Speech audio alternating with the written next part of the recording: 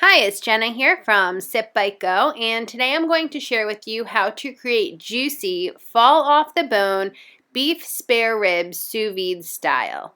These are really easy to make, and to get started, we're going to make sure that they're seasoned with a dry rub. It's best to use a barbecue dried rub if you're making barbecue spare ribs sous vide, but otherwise you can just use salt and pepper and add the barbecue sauce later.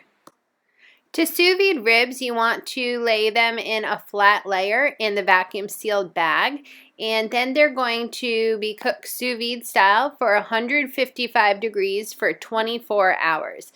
Now, you could go a little bit longer if you want, but you don't really have to with these ribs. They're pretty thin and they create that falling off the bone texture in 24 hours cook time.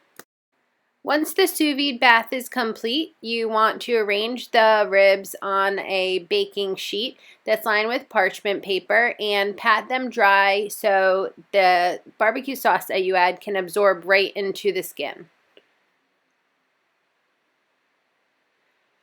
Slather on that barbecue sauce and pop them in the broiler on high for about 3 to 5 minutes. This will create a really nice texture on the outside of the spare ribs, and the inside will stay juicy so they won't get overcooked in the oven.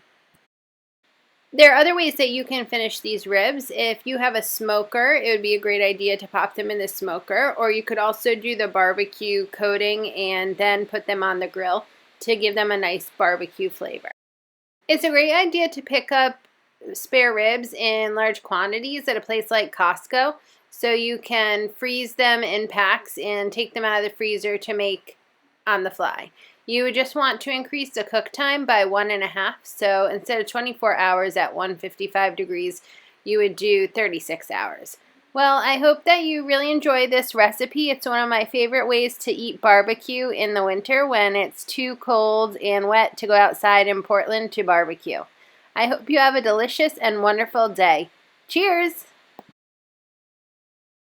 P.S. Don't forget to check out sipbitego.com for more delicious sous vide recipes.